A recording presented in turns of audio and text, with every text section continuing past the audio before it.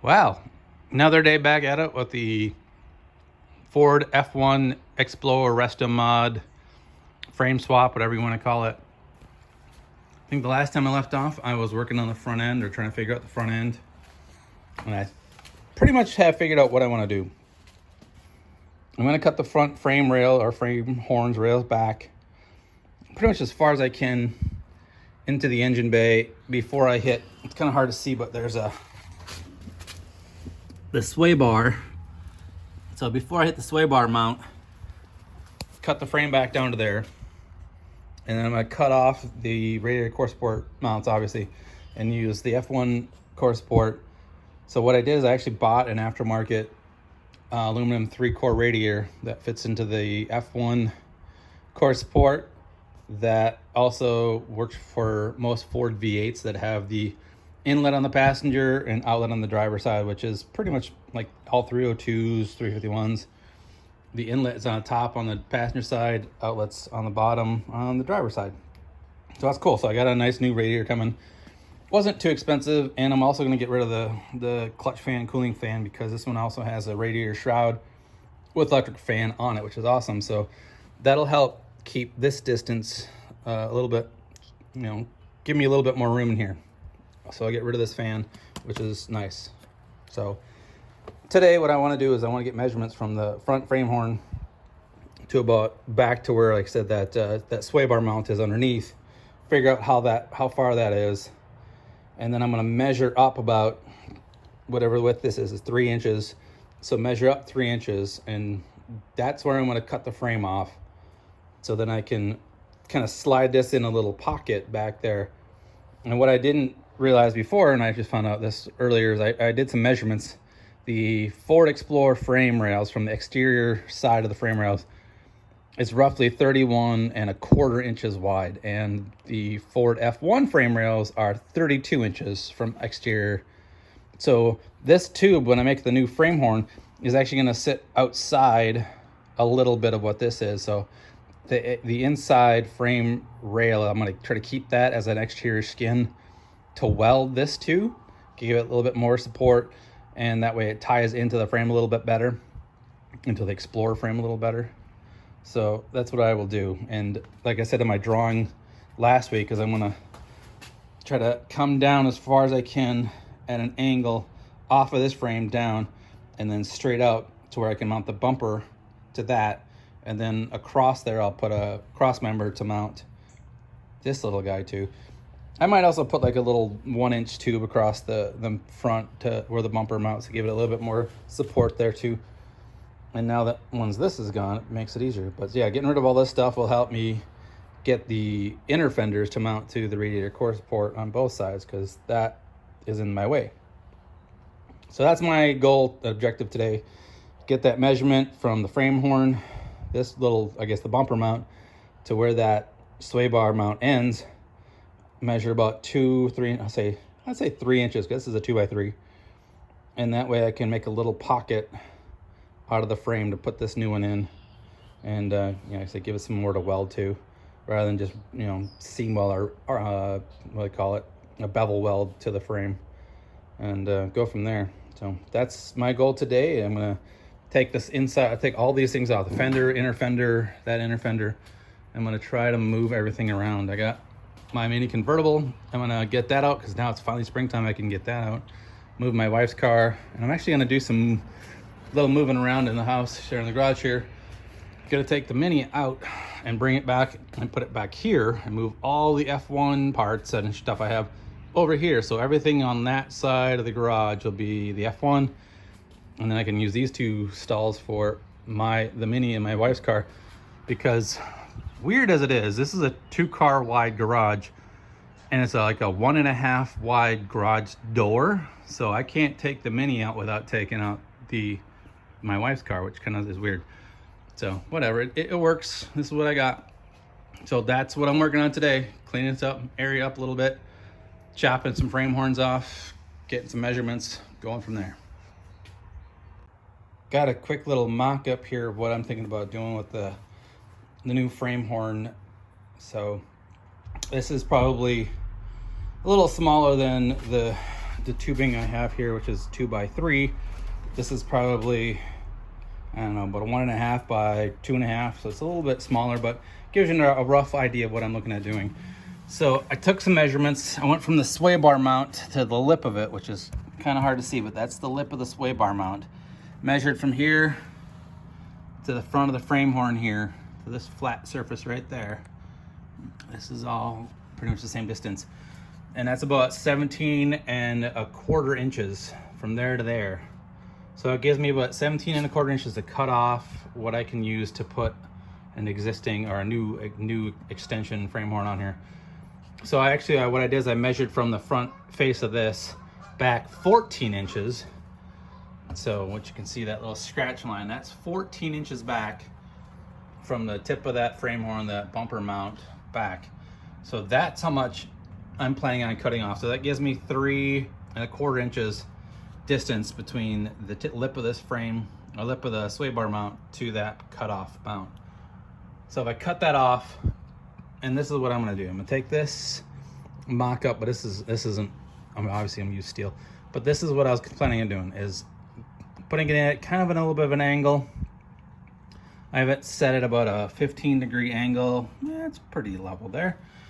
And I'm gonna build a little pocket on the outside of this frame to stick the new frame in, and then have it stick out enough so I can mount the front bumper on. Again, I'm gonna have to figure that out once I get everything mounted up. But yeah, that's kind of what I'm planning on doing, is cutting off the front half of this frame and welding a new frame in to look like that on both sides. That's what I'm doing. That's my next step. No turning back now.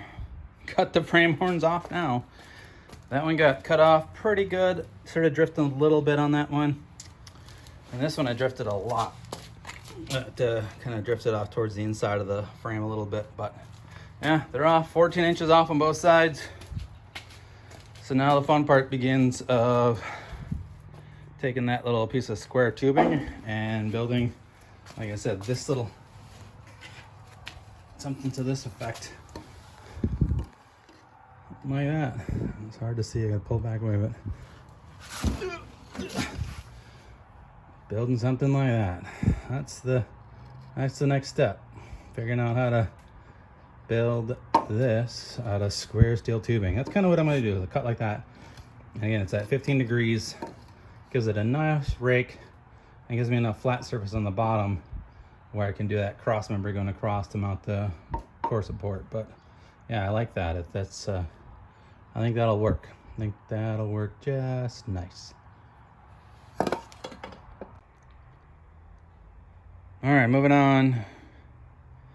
I ended up having to cut out a lot of the inner fender well to get the fit around the frame here. So the inner fender used to come down and go follow this. There's like a little access panel that used to come on here on the F1. So what I ended up doing is following that line, cutting it across, matching the frame, and cutting it down. And as you see, it's almost hitting there. And where I have my chuck lines, I'm gonna have to cut off a little bit more, and that line is pretty much flush up to there, a little bit off, just a little bit to give me a little bit more room. I didn't want to cut a lot of the inner fender off, but I'm gonna probably have to cut off a lot of inner fender. Same thing with the other side. Ended up cutting off a lot to go around the frame horn, and especially when I start putting that new frame section in, it's gonna come down. So all of this has gotta go, so I can go down and go across. Not quite sure if I'm gonna lose the bottom here. I wanna keep this bolt hole, because these 3 bolt holes here are for the headlight bucket backing that goes in there. So I need all 3 of those bolt holes. I'd like to keep all 3 of them at least. And yeah, and then there's the extra wing that goes up here.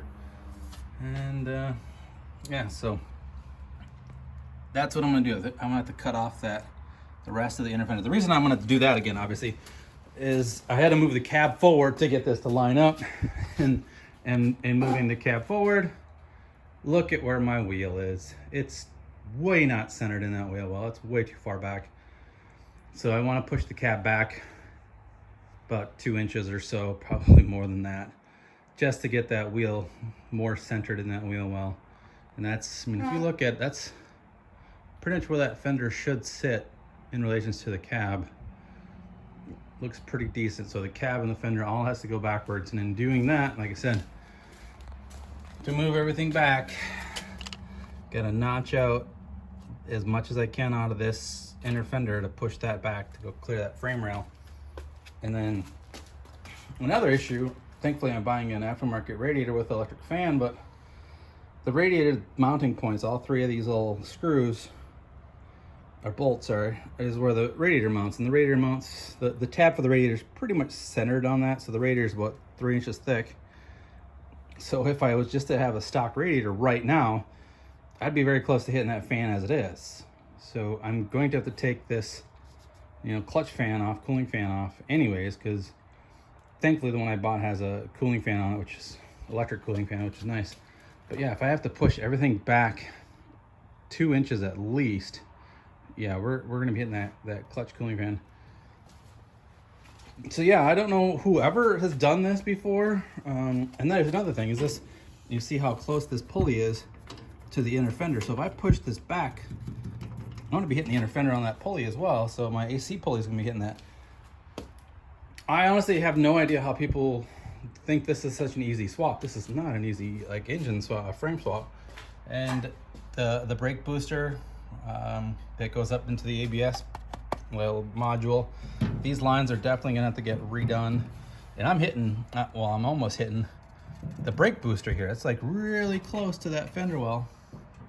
So what I see a lot of people doing, I think that they've done this, is they trim pretty much almost all of the inner fender from here down off. And they just use this part that mounts to the radiator core support and then goes across and mounts to the cowl. There's like one bolt that mounts to the cowl. This little guy right here. Just one bolt that mounts to the cowl.